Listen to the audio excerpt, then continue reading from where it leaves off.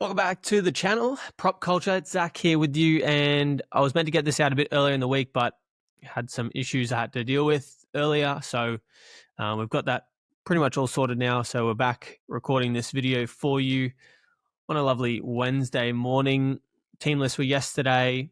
I've been through those. I won't do that here because you all know who's in and out pretty much. But what I thought I'd do is just introduce you to where I'm at the moment. Obviously, I'm going to be uploading for the rest of the season for Supercoach, NRL, and obviously the new Supercoach NRL finals, which is coming up very soon as well, which is exciting. I'll be doing some stuff on that as well. But firstly, I'll just sort of show you where I'm at currently in NRL Supercoach. So I'm sitting 512th overall this season.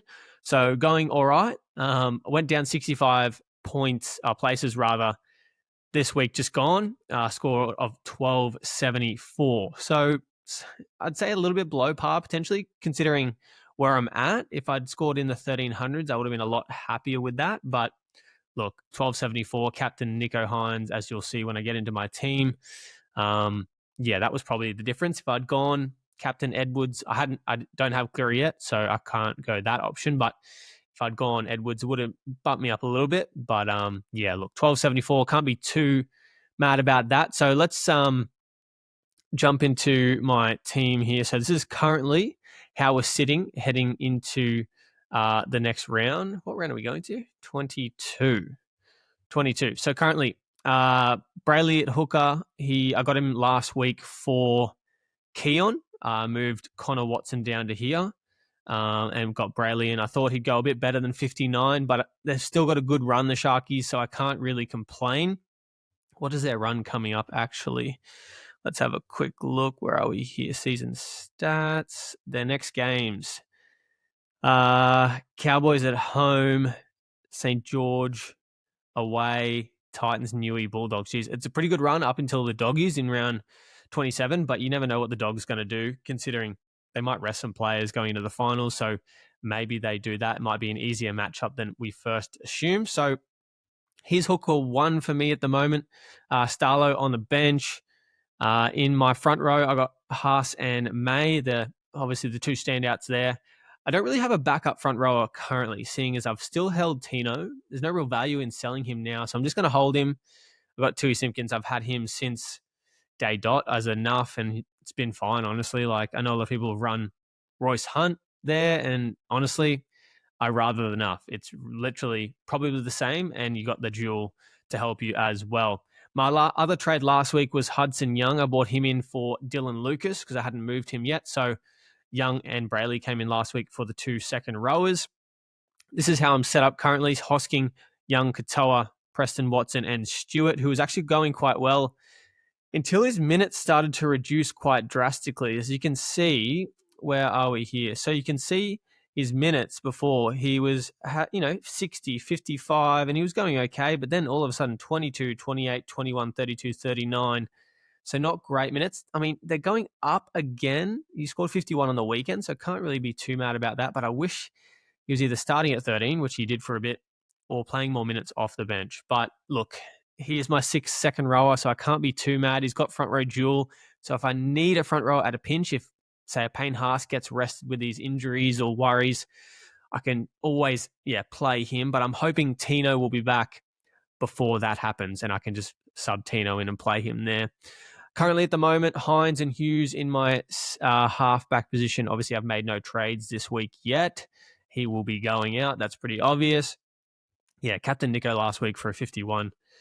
The matchup was there. Like, on another day, he would have scored 120. Like, he got held up over the line, a couple of calls and whatnot.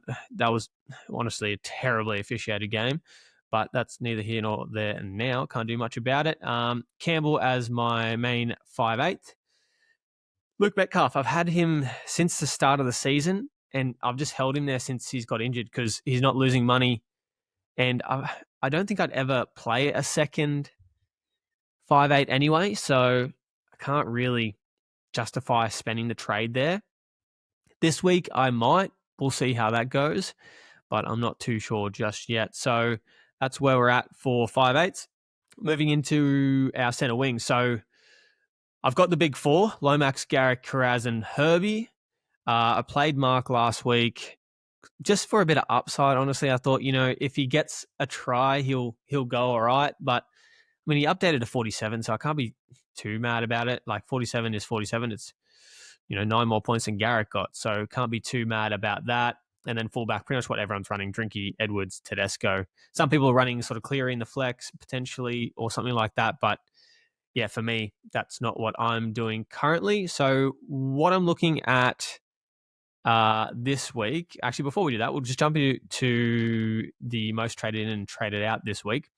And we'll go traded it out first, and we will jump into the top 1%, considering that is where I'm currently ranked, and just seeing what people around me are doing. Jerome Hughes makes sense. Keon makes sense. Lucas makes sense. Karapani's an interesting one. I never owned. I was very scared, to be honest, not owning him coming into this run of matches, but he's gone 30-30 and just didn't really see much ball, and then it's been dropped. So how it's a winger's fault is beyond me, but look, it is what it is, unfortunately. Tino still being traded out in the top 1%, which is interesting, considering, is he worth a trade at 517K? Probably not. Considering his upside when he comes back, he might be a decent little pod on the run home. His base is quite good. Obviously, he's got the injury to his knee, which he's out with at the moment. He had that sternum throughout the year as well. So we'll see. I mean, it's a gamble I'm willing to take. I've still got a few trades as well, so I'll jump back into that in a sec. But Sandon Smith out, obviously HIA, that's fine. Hamoli, poor bugger, re-injured himself, shoulder again, so out for the season. Hugo Savala out.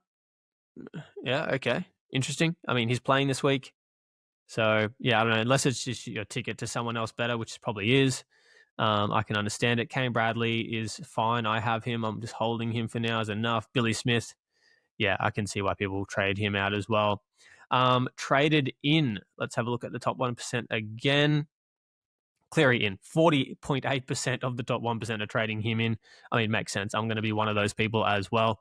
I'll jump into my trades very, very soon. Harry Grant, yeah, great game on the weekend. Great game on the weekend. 100 and, what do you get? 115, 113, something like that. Yeah, he looked great. But I was listening to the SC Playbook podcast yesterday, and Maxi did make a good point. He said that was without Pappy, Munster, and Hughes obviously went out in that game. So Grant was the man there. He gets Pappy and Munster back this week. So it'll be interesting to see how he goes. He's still a great option. I mean, first or second, probably hooker, or third, I suppose, if you throw Watson in there. But Watson's been kind of underwhelming as well. Brayley, I think, still has a better run and can have that upside, but we'll see. Harry Grant's a great option at hooker. I'm not going to say no if you want to trade him in there. Hudson Young, I got him last week. Ended on 90-something and downdated to 81, which is a little bit annoying, but I mean, you take 81. I don't think he scored a try. Oh, yeah, he definitely didn't score a try. Raiders fan, by the way. We're flying this year, just quietly. Wooden spoon, hey? More like minor premiership. How about that? Isaiah Yo. Jeez. Anyway, Isaiah Yo, 5.2% trading him in the top 1%. I can see why he's a solid pick. I mean, there was all the talk last week is Isaiah Yo a good trade in. Everyone was saying, yeah, his meat and potatoes. I wouldn't really go there. He, I think, got a try assist last week. And I understand he got a try assist, but he is pretty straight up and down typically. He's probably got a bit more upside than someone like a Pat Carrigan. And if you want to go that way, he's pretty cheap. It's 545K. He'll play big minutes to the end of the year. I can't knock it if you want to go that way as well. Jethro Renakama, interesting trade in. I mean, he's cheap as chips. That's probably why. Playing this weekend. So, yeah, I can see why people are doing that. Britton Nickera, he was... Now, this is a story, actually. I was so close to trading Nickera in the week he got concussed, so last week, because I saw the run they had. I thought he was a great option. I nearly traded him in. Gladly, I did not, because, yeah, he ended up scoring, I think, was it 4 or something that week? So glad I didn't get him. I've had Lomax since the Origin, like round 13 or something. I got him, and he's been great. And Moses is back now. He's been scoring tries for fun. Cannot go past Lomax. He's in the top 4 centre wings for the rest of the year. Get him in however you can. Kalani going, I understand he's enough, hooker, 2RF. I can see why people are doing that. I haven't done that, but I don't have anything wrong with people going that way. Nico is interesting. I'm so burnt from last week.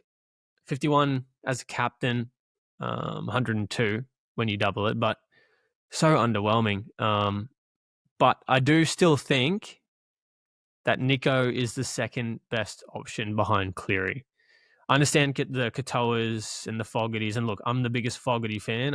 As I said before, I go for the Raiders. I love what Fog's done this year, but I still think Nico has the ceiling and the run. I just don't think Fog has the ceiling.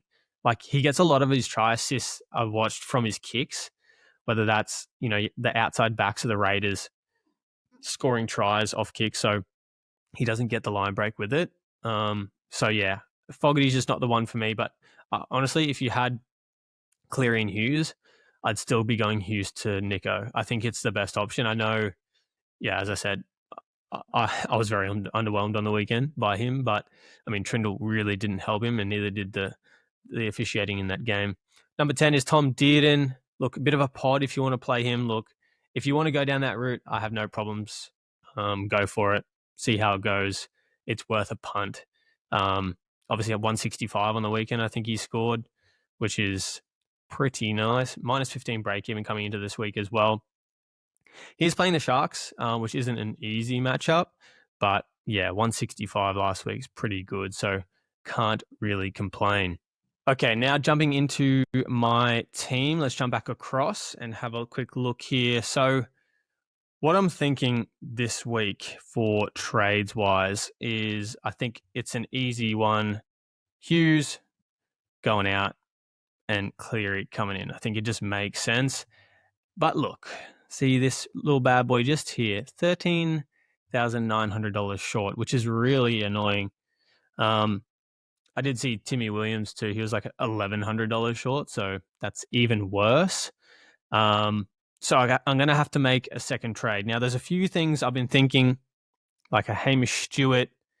He could go out. I could nuff him out. But I do have 1, 2, 3 nuffs already with Hiroti and Bradley, so I don't really want to nuff again. The other option for me is probably trading out Metcalf because of the value there. He's still at 630K, and there's a good option, I think, in potentially going to Galvin, I want to say, as a backup. Like, I don't think I'd play him, but if Campbell got injured, he's viable enough to play him in the back end of the season. So that's an option. So I could go Metcalf out. And where is Lockie Galvin? There he is. Lockie Galvin comes in, and that gives me $131,000 left. And that also leaves me with 5 trades. And I still have a boost. I have activated it, but I still have that boost as well. So that could be an option for me this week with Galvin. But there was another option that I did like as well in one Connolly Lemuelu.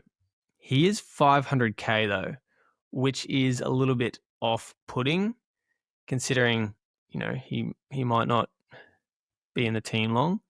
120 on the weekend in 80 minutes. 53 minutes in round 16 against Newey, scored 59. He just has a really good PPM. Like 50 minutes, 108 points. Pardon me, I'm assuming that was with a try. But yeah, 50 minutes, 72 points, 1.4, a 2.2, 1.2, 1.1, 0.6 there against South. Yeah, I just think he is a good option. Goes New Zealand, Sydney, Bronx, Manly, Titans, Raiders in these upcoming fixtures. And look, I think it's okay, but yeah, I just don't think I really need to go there right now, considering he is 508K. So Galvin might be the best option to plug in there as my second 5'8", I think. And that also, gives me that cash left over to play around. And yeah, I think that's what I'm going to go with. If I do change my plans a little bit, I will keep you guys updated. Follow me on Instagram. It's propculture__, and you'll see it there. Give us a follow for all the Supercoach stuff. I'll keep posting stuff up there as we go as well into the week. But that's where you'll see all of it. All right, so let's set up the team for the weekend. So we'll probably sit Mark this week potentially. Definitely playing Herbie, considering he is the GOAT of CTWs. We're going to move Cleary over here because I'm probably going to captain him, I think. Tommy Starling, Raiders are playing St. George. Yeah, I think I might just sit Starlo. Going to play Brayley, May, Haas. Now, do I play Watson or do I play Mark Nwanga Nitawase? Or Galvin against the Tigers? Geez, that's a good matchup. His old team. Oh, God, that could be a good one, actually. That could be quite good. Oh, I'm going to have to toy with this idea for a little bit, but I don't think I'm going to play Connor Watson. I think I'm going to play either Mark or Lockie Galvin this week. Surely this matchup, right? Surely. But in saying that, if Mark's Manly just conceded a bajillion points and Mark is playing for the Roosters who are playing them this week. I know it's at Four Pines, but Mark could go nuclear if he gets a couple of tries. And yeah, the upside is definitely there. I'm going to have to play around with this, but for now, we're going to play Galvin. I don't know why, just a vibes pick. That's what we're going to go with. If I change my mind, I'll let you know. Follow me on Instagram, _. Okay, let's have a look at captains. I'm probably going to vice captain. Yeah, I mean, I've got a captain Cleary this week against the Titans. I mean, that just makes sense. Goal kicking, you can't go past Cleary, I don't think, this week. That means I'm going to have to take an early VC in one of the first 3 games. Storm and Para. Do I have anyone from those teams? Parramatta. I got Lomax, but it's against the Storm. I don't really want to VC him. Storm. Do I have anyone from the Storm? I have Eli Katoa, but he's been pretty poop lately, so I'm not going to go there. Warriors and Dolphins. Warriors. I do have someone from the Warriors, don't I? No. Okay. Herbie could be juicy. Herbie definitely could be juicy. What does he go like against the Warriors recently? We got his. Where are we here? Season stats. Oh, okay. He's gone 93, 133, 121 in his last 3 games against the Warriors. And one of them was at Go Media Stadium. The other 2 are at Suncorp. Wow, 121 at Go Media. That gives me high hopes that he could go big this game. It's going to take a lot for me to take the VC loops, considering Cleary is playing the Titans at Seabus and goal kicking. But yeah, I'm going to have to do some checks on the weather as well, actually. I did hear there's some rain about, so I will double check the weather. But I think that's what I'm going to go for now. I'm going to VC Herbie into C Cleary, and this will probably be my team. The only thing I'm worried about is Hosking. Sasungi's back on the bench, so he might get reduced minutes now. So it might be better to maybe play Connor Watson over Hosking, just considering, they're playing Manly. He'll play 80 most likely, and Hosking won't. So that's something I will toy with as well. But that's probably it from me today. Stay tuned for more Supercoach content. Me and Sam are also going to be doing, obviously, more podcasts with some junior rep players coming through here in Queensland. So that podcast, we've got another one coming up on Saturday. Stay tuned for who that'll be. But yeah, plenty of Supercoach stuff coming your way, and exciting too. Supercoach finals coming as well. So I'll be playing that one. But until then, make sure you subscribe to our YouTube channel below. Make sure you follow me on Instagram. It is propculture __. Jump on there. We're on all the socials. So if you want to follow us on all of them, that'd be great. If not, that's also good. We're on TikTok, Facebook, X, all of it. Anyway, so until then, I'll see you guys later.